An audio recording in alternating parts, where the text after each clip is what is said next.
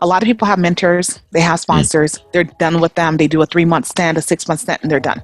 Do they Mm-hmm. even follow up with them? Do they send them a happy holidays, happy Father's Day, happy Mother's Day? When do you follow up with this person? This person Mm-hmm. invested in you, took their time Mm-hmm. to invest in you. As you grow in your career, do you take time to even thank them for that? So those are intentional relationships where you develop and you grow. Relationships aren't built in a one day. Relationships are built over time. So when you think about a sponsor is someone that knows you. A sponsor is someone that can advocate for you. A sponsor is someone that's putting their name on the line for you to say that, hey, I trust this person. I know their capabilities. I know their ability. They may not even have it all now, but I see it in them and I'm willing to put my neck on the line to say this person has what it takes. My name is Fela Abioye, and this is How to Corporate, my digital show dedicated to helping you identify what's holding you back so you can advance your career. Today's topic, what is sponsorship, with my guest, Erlande Adenier. Welcome. Thank you for having me. We'll just jump into it. I guess maybe you want to start off by, talking a little bit about your background, sharing a little bit. Yeah, so I actually started off my career in the insurance industry, entry level, as an analyst, claims analyst, processing disability claims. From that point, I kind of grew within the business into roles of team leader, then manager, then director, then RVP to AVP, and now finally VP. So it's been a great journey. Along the way, I've had a lot of mentors and sponsors, as well as I've mentored and sponsored quite a bit of folks, and I believe in paying it forward. So excited to be here today to talk about this topic. Awesome. So I want to pull back a little bit, right, and kind of get into just, a little bit of the origin, right, the essence. You're Haitian, right? Yep. I think that's a big piece. I think, my background, I'm Nigerian myself, and, I think both of our cultures are, I think, aligned in a lot of different ways, I would say probably, but I'm interested to kind of hear maybe how your background, your upbringing, as a Haitian American, how that has shaped you, kind of in your life, and also just maybe in your career, and just your thought process and philosophies of how you've navigated your career.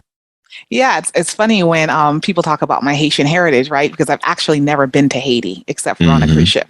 So I was born in the Bahamas. I have Haitian parents. I've been in America since I was 3 years old. But at home, you had that discipline. You had a different level of discipline. Like I would see my friends participating in different activities. My parents were all about working. They never attended a school conference. They never attended any activities. They actually even missed my graduation because they were working, right? So I think that showed me hard work pays off, right? So my parents were always, putting it in. I think as I became a parent, I wanted to have the balance of putting the work in, but also spending time with the family.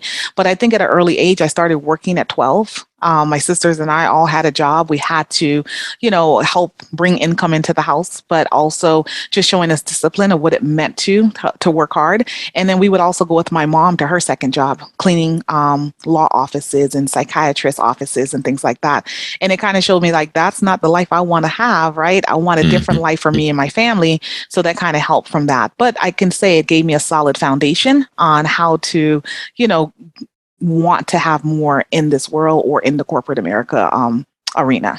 Again, very similar backgrounds for sure. I think, especially for, immigrants, especially when they come to America, that whole idea of the American dream and just working hard. It's like that, especially when they come from like, their born country. Hard work is a must. It's not a question. It's not it's not an option. That's what it is. Like, and they just know, go to school, get an education, get a good job. Right. But if you would ask my mom and my dad today, what exactly does she do? They're probably like, she works in the office. And that's good enough for them. Right. Because it's one step better than they were. And, sometimes I think back about how hard they work. My parents, we didn't know we were poor. Right. They owned their home. My dad had his own business. He still has his own business today, but they work hard and they try to invest in the community and try to become part of the American dream. And I think that kind of instilled that hard work in us to try to make sure that we then instill it in our kids. So just making sure each generation gets to the next level and, better themselves. So, that's awesome. So as now we start to get into the topic, right? What is sponsorship and mentorship? What are the differences between the two to you? How would you define it? So. Yeah, so they can be intertwined, right? However, it starts off as a mentor is someone that is there with you. You can call them up. You can talk about certain things that are happening. They can advocate for you more so individually, right? So you're having one-on-ones with them. They're helping you with career growth, career path, and assisting you in that way. Sponsor is that person that takes that relationship to the next level, right? Where they understand what your skill sets are. They see that diamond in the rough. They see that hidden gem that you have inside of you that you may not even realize you have inside of you. And they help to grow that. But they also help advocate for you in the rooms that you're not in. Right. So they're the ones that are, talking to someone that may need a talent that looks like your talent, and they're connecting the dots for you. They're making those connections where otherwise people wouldn't even know that you existed. And they're helping you through that journey. Mm-hmm. Advocating for you when you're not in the room. So yeah, I think that's a big element, to true sponsorship, right? Because it's funny because you could have a sponsor and you don't even know it, right? I mean, think about 100% correct, right? Like, think about when you call somebody up and they're like, "Man, your ears must be burning because I was just talking about you." Correct. Right? That's a sponsor, right? Yeah. And so your name carrying more than just where you are, right? Just carrying it a little bit further, and how sponsorships can really kind of take you to a next level in the rooms that you can't necessarily go in, right? Correct. So.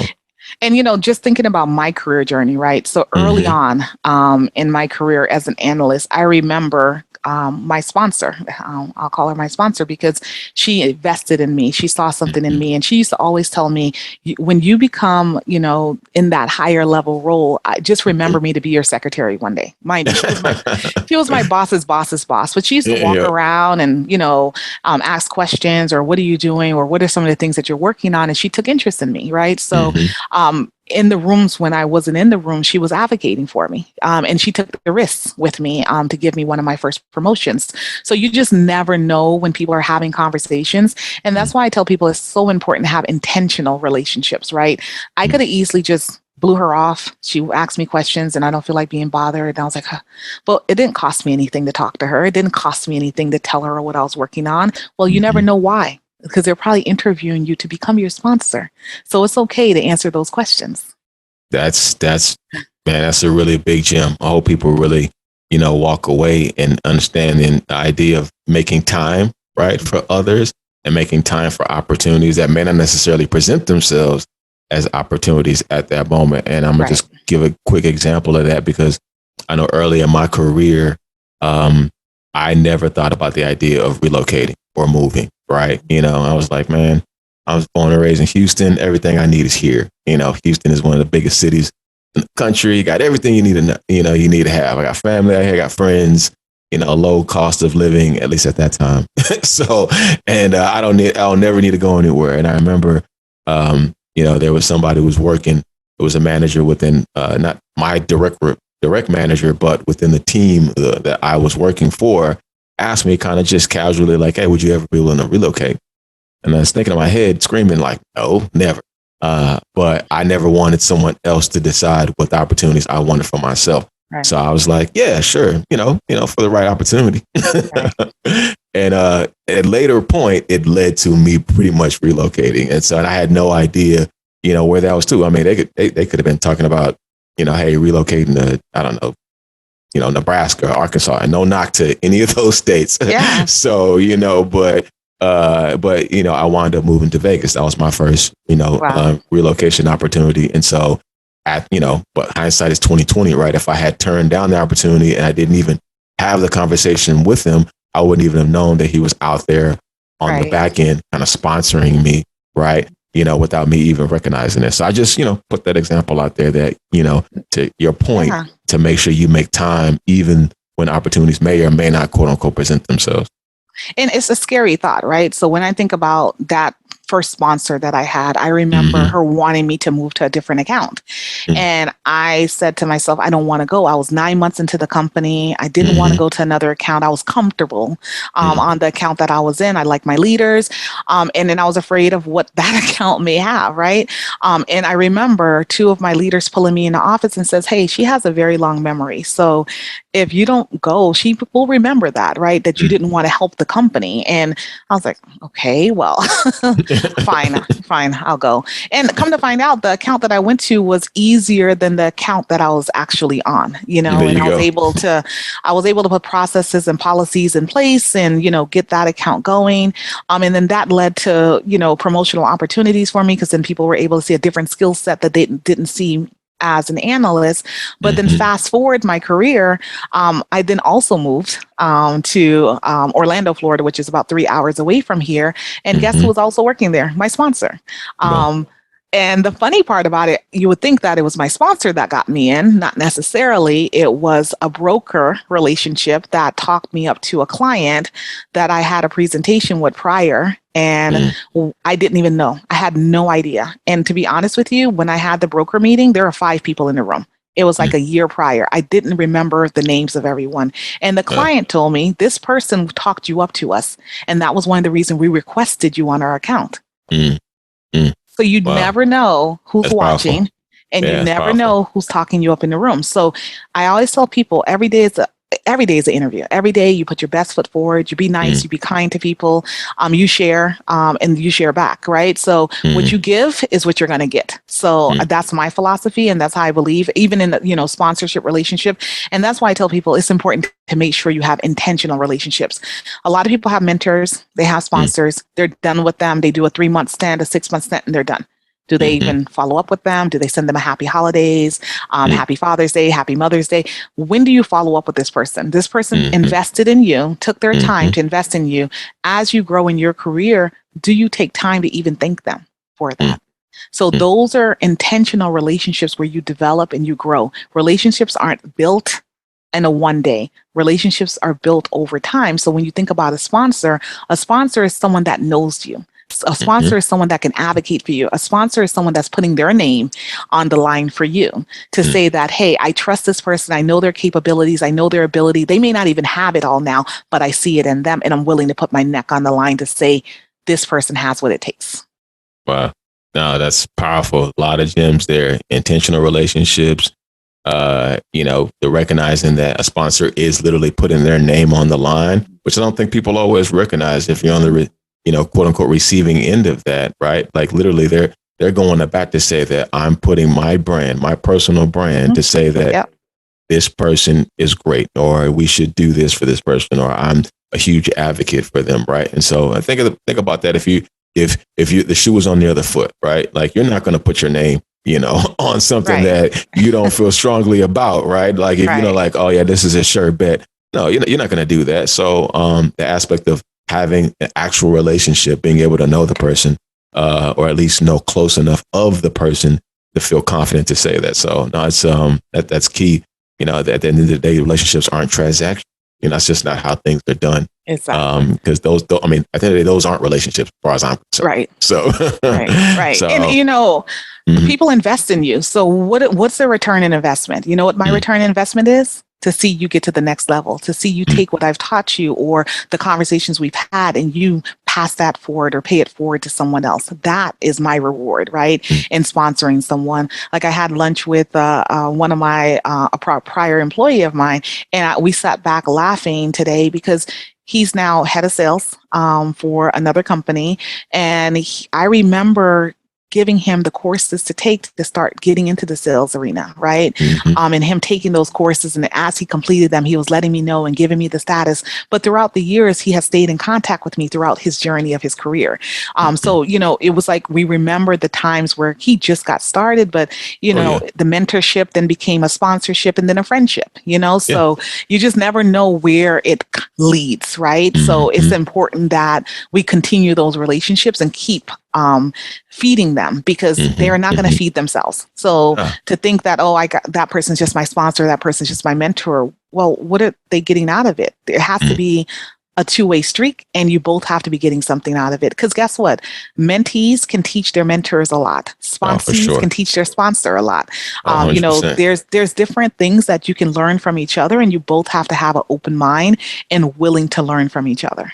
That's awesome. Again, a lot of really great gems there. Just thinking through the relationship cycle, right? Going from a mentor to a sponsor to a friend, right? Just kind of going along the way. And I think about the people that I've had in my life that literally have been exactly that. The relationship has just continued where, this person, I view them as a friend, but they have always still kind of been a mentor / sponsor, to some degree. So, but no, that's awesome. So, how does one identify, right? A sponsor? I think sometimes people, where they are in their careers, they don't feel like they have opportunities to even identify where one could, quote unquote, have a sponsor. How does one even identify, like, okay, this person could be, right? Or does it always come to you? I mean, how does that work from your perspective? So from my perspective, I think I'm a different breed, right? Because if I go to a conference, if I'm on a webinar like this or a podcast, or I follow that person on LinkedIn, I get to know them. I connect with them. So the first thing is you want to be able to connect with the person. It may be your company may have some type of intranet, that you can connect with people. If you're in a meeting with them, you can connect that way. So that's the beginning. First is that initial connection, right? So from there, then you can schedule some time. Like you and I met just by scheduling time and saying, hey, I heard you speak, let's get to know each other. And then that then developed into even more conversation. So you want to have that initial conversation because you want to make sure that you're a match, that you have like minds and that you're a match. And I have personally just asked people, hey, do you mind being my mentor? And then from the mentorship then can turn into more of a sponsorship as that person gets to know you a little bit more. But I think the first thing is putting yourself out there. You know how many people I know that have told me, oh, I have 2 people on LinkedIn or I have 4 people on LinkedIn. LinkedIn is like a gold mine of networking. Utilize your resources, utilize what you have. Should be no reason that you should go to a seminar, webinar, even a in-office meeting that you shouldn't be looking up the people on LinkedIn and connecting with them there or connecting with them on your company site, because that's the first step. You have to make that outreach. You can't be too shy or don't want to connect. And even when folks tell me, hey, I'm too shy to connect, LinkedIn is fine. There's no conversation initially, right? Yeah, not even meet in person. Connect. You click the connect button, right? That's it. Yeah, you connect. So even if you're shy and you're not a vocal person, you can connect. And I connect with people. There's people on LinkedIn that I've never actually physically spoken to.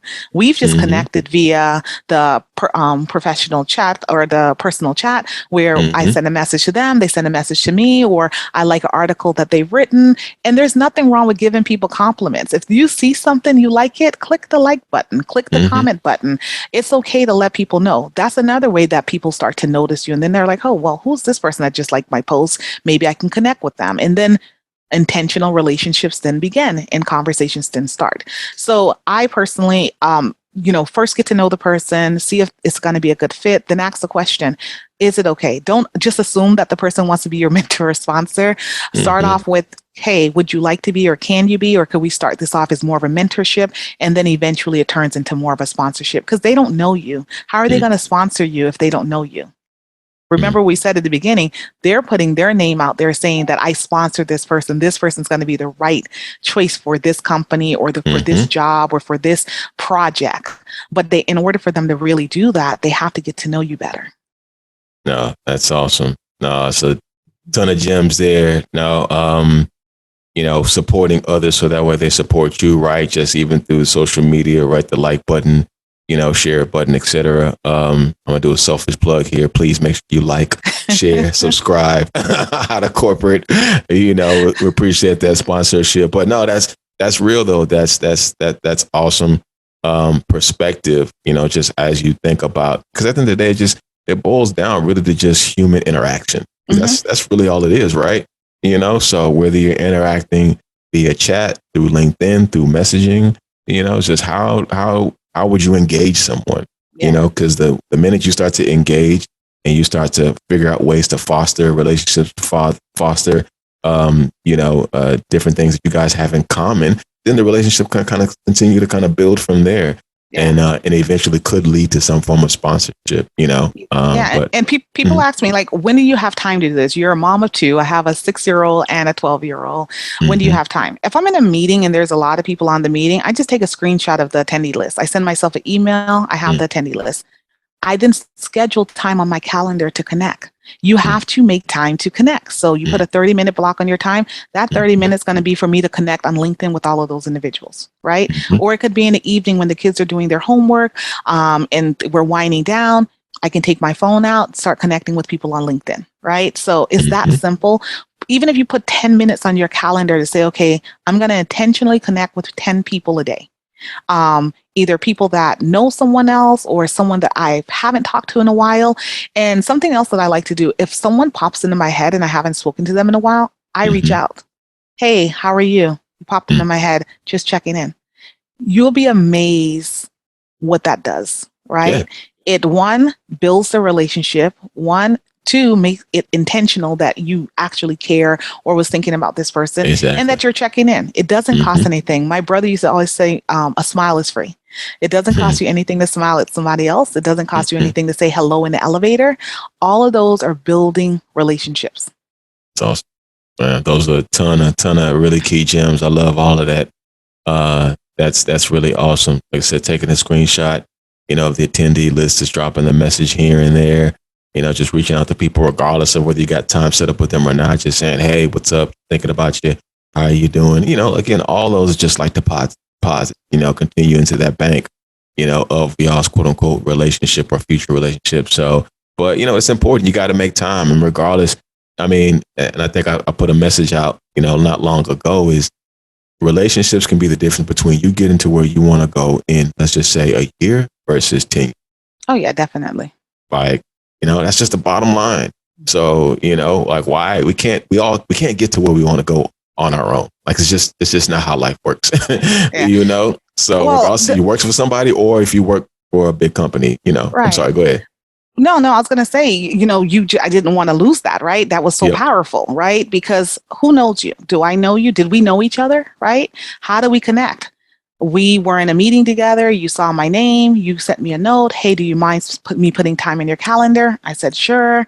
And voila, look at us now, right? And then that turned into quarterly connections and getting to know each other. But if I would have said, no, I'm too busy, I don't have time, there's so much I've learned from you too, right? So we would have missed that opportunity to grow. And who knows what door you're going to be in one day to sponsor me and vice versa, right?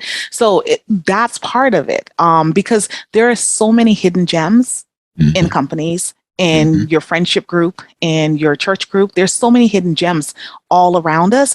But if we don't take the time to actually have conversations and get to know people, we won't know what they bring to the table. So I personally used to walk around and talk to everybody. People used to laugh at me. I talk to you in the elevator. I talk to you in the cafeteria. I'll talk to you. I'll just have random conversations. It's just more of getting to know you, right? Then from that conversation, then it leads into something else. And that conversation may lead into a sponsorship or a mentorship, because we've now gotten to know each other. Because the first thing in getting to know each other is saying hello. Awesome. Awesome. Man, hope y'all are taking down a lot of notes here, because you're dropping a lot. But it's funny because it's so simple when you really think about it. It really is. It's not rocket science. We got to get out of our heads sometimes about this whole thing. We get scared, we get worried. What if they don't respond? What am I going to say? It's okay. It's okay. It's okay. So, you know how many people I connect with LinkedIn that never connect back? It's okay, because guess what? I'm not keeping a tracker. I'm not keeping the list. It is what it is. Those that need to connect and those that need to be in your life, they will be there, right? So if you hit connect and they don't respond back, it's okay. Somebody else is going to connect with you that will replace that person tenfold. So think of it that way, right? So it's not more of, I'm going to look silly or I'm going to look bad if I try to reach out to them, or why do I have to reach out to them? I'm going to just wait for them to reach out to me. Why? Why? What's the difference? What is it going to do for you if you reach out first or vice versa? Nothing at all. Because at the end of the day, if it's truly a relationship that you're trying to build, it doesn't really matter who actually makes that first contact. And today, just being authentic, Authenticity, just reaching out, just having mutual interest to say, hey, just love to connect, love to get to know you. Don't know where the relationship will go, and maybe it'll go somewhere, maybe it won't, but at least I'm gonna make the attempt. Right. Start with a smile, like you said. So that's awesome. Definitely. That's awesome. So thinking about how much does authenticity, do you feel like, and maybe credibility play a factor when it comes to, earning sponsorship or just the relationship aspect of it? So, because I think, sometimes we feel like, sometimes people feel like they have to be a certain way, right? Around a certain group of people. If I got my work cell phone, so I got to be all stuffy, whatever. So, or I got to be, I got to carry myself in this particular way. I'm not knocking that by any means, right? Do what you need to do. But how much do you think authenticity, and building credibility kind of maybe play a factor there? Yeah. So no, the great topic, right? And it comes with time. So I can tell you right now, being a Black woman in corporate America, or Black man in corporate America, being anything else in corporate America, there's code switching is real, right? For those of you that don't know what code switching is, I would definitely say, please Google it on code switching, on how, sometimes as different cultures, you have to adapt yourself in different environments and speak differently or come across differently in order to feel like you belong, right? So can you truly bring your full self to the relationship, to the conversation, or things like that? And I can tell you, authenticity comes with time, because as you mature in your career, as you mature as an individual, as you find mentors and sponsors that can help you understand how to be authentic with yourself and the appropriate way of bringing that authenticity to the table, right? You will then grow and become one with it. But it's very important, because people don't want to talk. Like I tell people all the time, I don't want yes men around me. No, I need people that are truly around me to help me grow, help me develop, and help the company grow and help the company develop. But if you're just telling me yes, we're going to fail, right? So I need to understand where you're really coming from, right? So I think people having those intentional relationships, being authentic with the person, letting them know what you're really going through, some of the things that you really want assistance with, right? Not what they want to hear, not what you think they want to, because you're thinking, oh, they're not going to sponsor me because they don't really know what I'm really struggling with. Well, in order for them to help you, and if this relationship truly is going to go where it needs to go, they need to truly understand what you're really dealing with. Right. So I think it's very important. Right. But it also, I understand, because it comes with time, because you're not always sure. And there also is a thing called trust.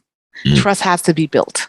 Right. So in the very beginning of that relationship, you may not trust that person enough to share everything you want to share, and vice versa, because they're still getting to know you. It's just like any other relationship. For sure. It takes time to trust each other.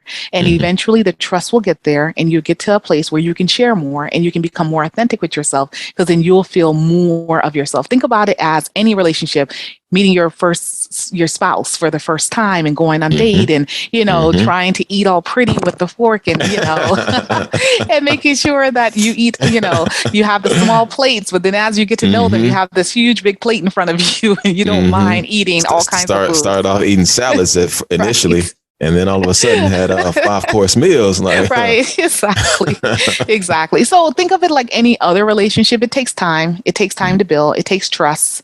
Then it eventually will evolve. And that's why, a lot of mentors then become sponsors, because they've gotten a chance to get to know each other. They've built their relationship, intentional relationship. It's a building block, right?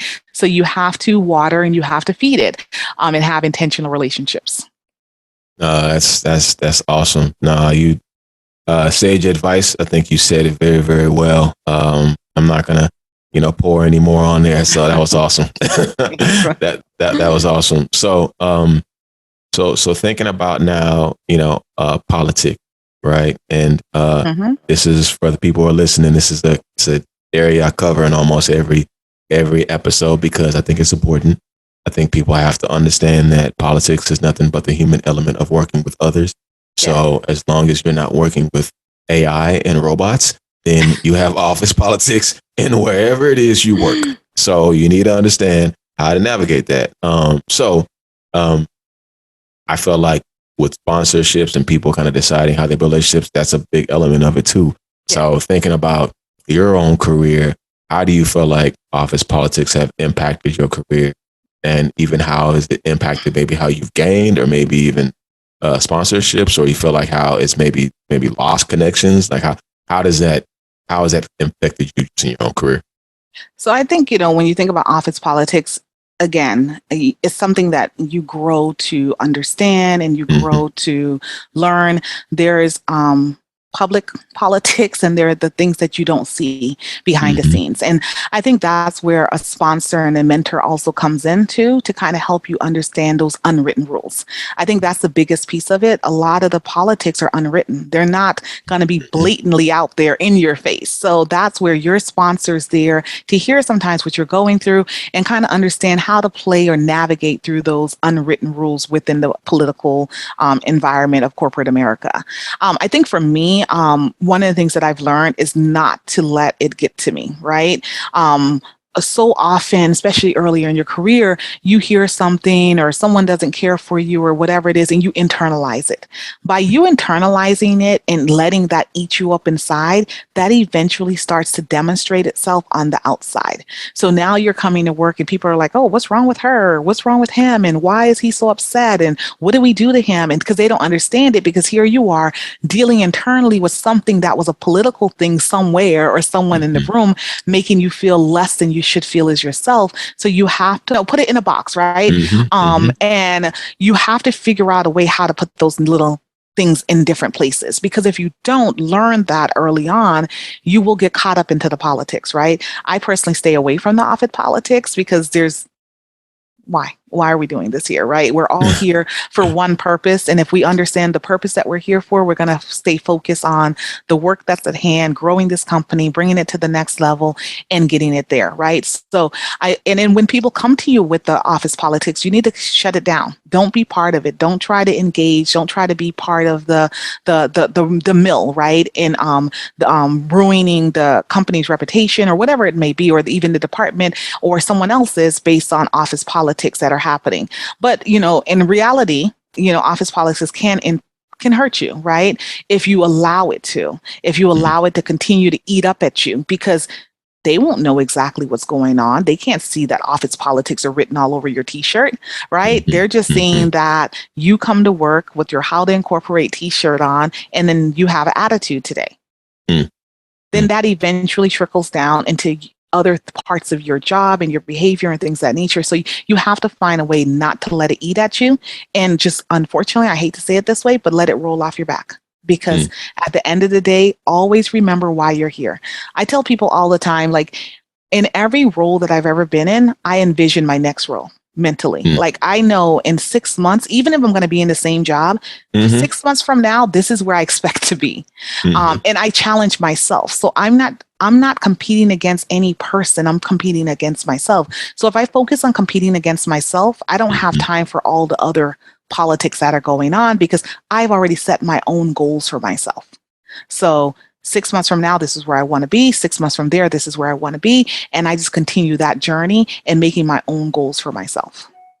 Got you. That's awesome. I think that's well said. Kind of focusing on what you can control is kind of my takeaway, from that, focusing on, yourself and what you need to do and how to get the job done and where you want to be, et cetera. So, it goes both ways, right? Because I think office politics can, sometimes it can hurt you, but sometimes it can also be to your benefit. Yeah, exactly. So, and it comes with time. Like I said, it comes with growing, maturing, but that's where your sponsor comes in, right? That person knows you, that person understands you, that person can see, because think about it. You go home and you talk to your spouse or your kids about it. They have no idea. They don't understand your job. They don't understand the people.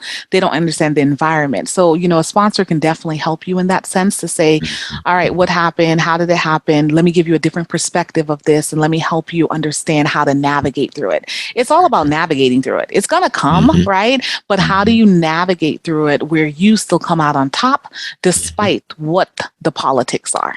100%. 100%. And that's the key right there, figuring out ways to come out on top regardless of the situation. So as you reflect on your own personal journey, is there a time that you can think about where it was just a really rough period for you, and maybe kind of talk a little bit about that and how you were maybe able to work through it? Mm-hmm. Yeah, so there is a lot of different times that I can talk about, right? Yep.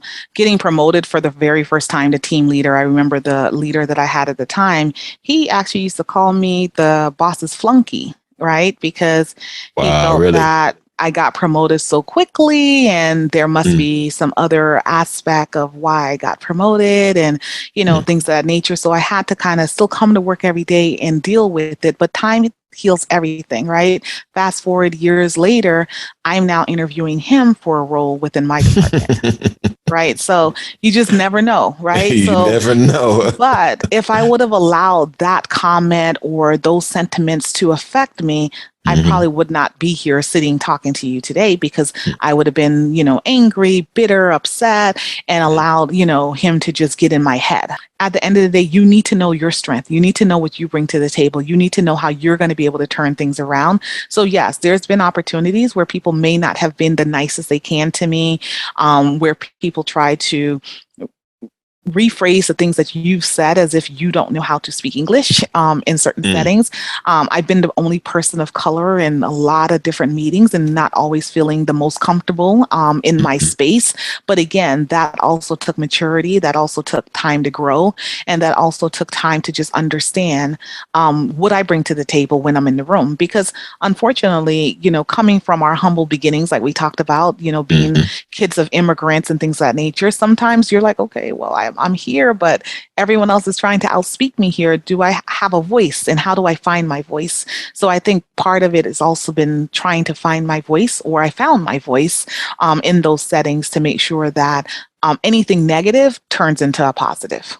Man, this has been great. You've been dropping a lot of really key gems here. So really hope folks are able to soak this in.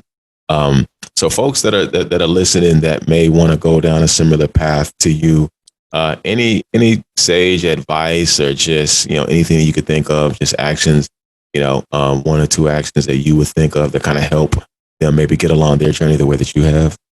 Yeah, it's definitely about connecting with individuals, connecting with people, having intentional relationships with folks, getting to know people, just not when you need them. I think one of the biggest misconception is you reach out to someone when you need something. No, you reach Mm. out to them just because. So when you do need something, it's not because you need something, right? So, Yep. creating the spaces, creating those relationships. But I also think just believing in yourself, right? Setting goals for yourself, setting, goals to say, by this time next year, this is where I want to be. And if you don't get there, what do you need to do to get there? Right. I have a journal that at the beginning of every year, I write what I want to accomplish by the end of the year. And I Mhm. check it periodically to see how am I getting to that spot, right?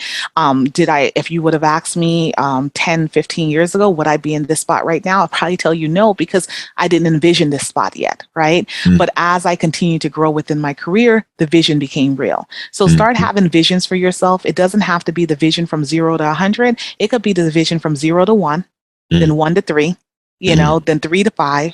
Mhm. But take those steps, right? And each step will get you closer to the journey where you want to be.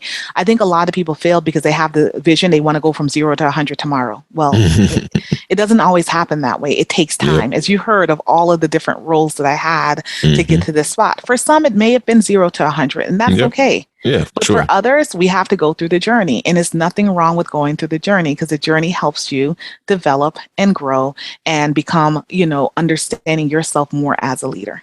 Yeah. Oh, it's awesome. Awesome. Write it down, make it plain. Yep. Write it down, make it plain. Write the vision. Yeah, I mean that's where it starts, right? Yep. So that's awesome, awesome.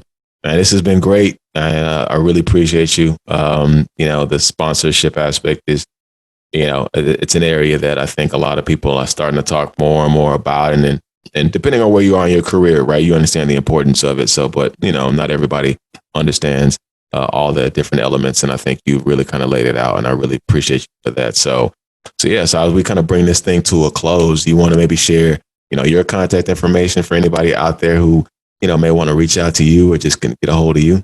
Oh, sure. I'm on LinkedIn, Orlando Audenier, Irlande, last name Audenier. Feel free to send me a note or connect. You never know where it may lead. Never know. Yeah, I'll share that your contact in the show notes, so that way anybody wants to reach out, they can just click and reach out to you there. So awesome, man. Thanks so much for listening, guys. Really appreciate you. Hope you guys got a lot out of this. I know I did. Tune in next time. Peace. Don't forget to like and subscribe. For more content, click the link in my bio to follow How to Corporate on all social media platforms. Until next time, keep building.